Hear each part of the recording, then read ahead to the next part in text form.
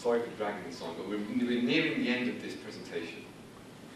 Economic Holocaust. The first thing I want to talk about in this respect is the impact of the global economy now as it stands. I've just got a couple of figures there just to give you an idea of how obvious it's now become that the global economic system, the neoliberal economic order, has failed. It hasn't delivered its promises. The globalization is currently happening. The conventional globalization wisdom operates on the basis of trickle-down theory. It says that if you encourage free markets, completely open, and tell everyone to lift up their borders, and allow private finance to flood in, then what will happen is that automatically all of this investment will generate growth, and that growth will trickle down throughout society to all sectors of society. So the idea is that once people make profit, it kind of lifts all boats. Now, unfortunately, it just hasn't worked that way. According to the United Nations Development Programme, the gap between rich and poor nations has doubled between 1960 and 1989.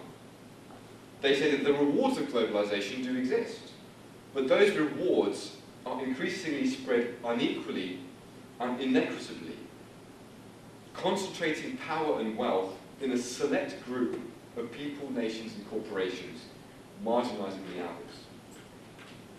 I'm talking specifically about a very particular neoliberal economic model that is being imposed by institutions like the IMF, the World Bank, and the WTO on the developing nations of the South. And I've got this study here from the Center for Economic Policy and Research in Washington. They did a number of interesting studies. In 1999, they focused on Africa. They looked at the growth rates between 1980 and 2000.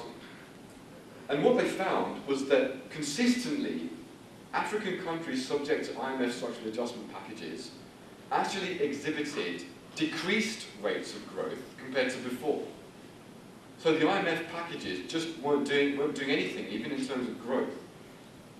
They did another study in 2001 called the Scorecard on Globalization. And they looked at the same period, 1980 to 2000, for a whole host of countries across the South. And they looked at a number of them. They looked at growth, they looked at life expectancy, they looked at infant and child mortality, and education and literacy. And on all of these indicators, the neoliberal economic model had actually retarded these societies in every single way. So the thrust of the argument here is that even on its own terms, this current system, this current economic system, has even failed to deliver even the promise of growth to these southern nations. Now, obviously, I'm sure people must have been following the news in terms of what's been going on in the economy. Pretty devastating stuff, pretty unpredictable, you might think. But actually, economists were warning about this state of affairs for the last few years. A number of mainstream economists were actually saying that there may actually be a total collapse of the banking system in 2008. I just want to go over some of what these said, just to give you an idea. I've got the quote there from Professor Brad DeLong, who was writing in August 2007. This was actually just a few months before the current slide in the market actually kicked off. And what was quite interesting is that he had already diagnosed the fundamental issues. He talked about the mortgage house of cards. He talked about the inability of people to repay these debts.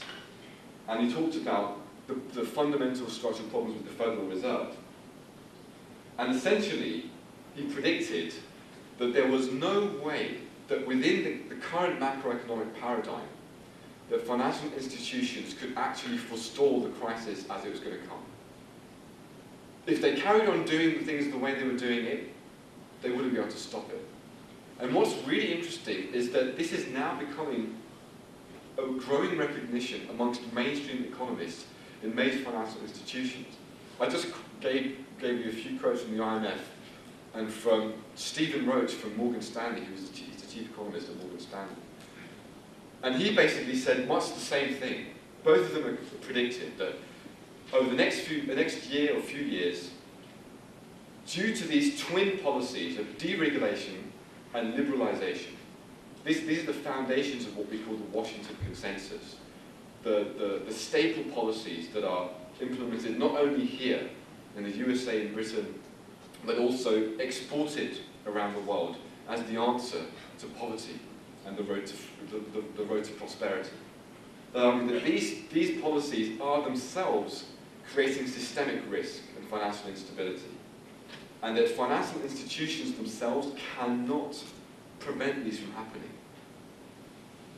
They haven't yet taken the step of realizing that actually what we need is a fundamental shift in the very way that these financial institutions operate. That's the bad news. And it's pretty bad news. But the good news is that there are many, many experts and academics waking up. And we can see it happening.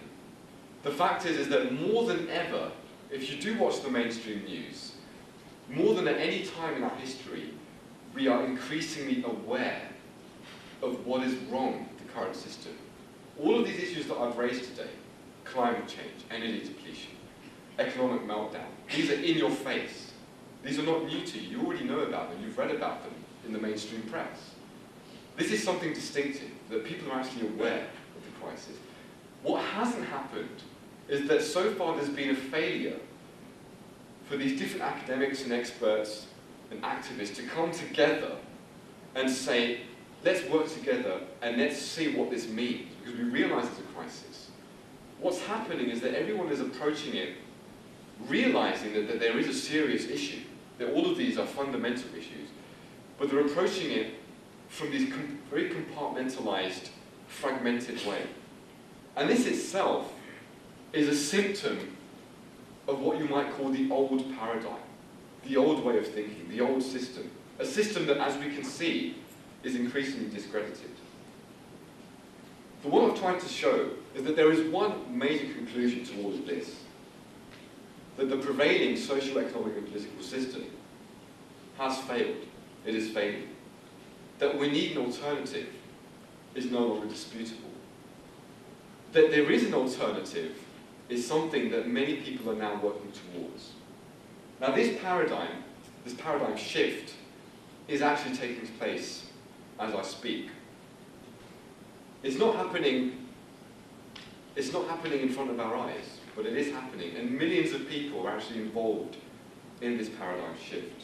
It's emerging spontaneously, loosely, from these disparate people coming up with ideas, trying to find solutions to what's going on. I want to give you an idea of what this paradigm shift involves. Earlier in the last century, there were two major reports that came out, which actually articulated it in a very, very simple way. You may have heard of the Club of Rome, they were one of the first institutions to start talking about this question of limits to growth in the 1970s. And they basically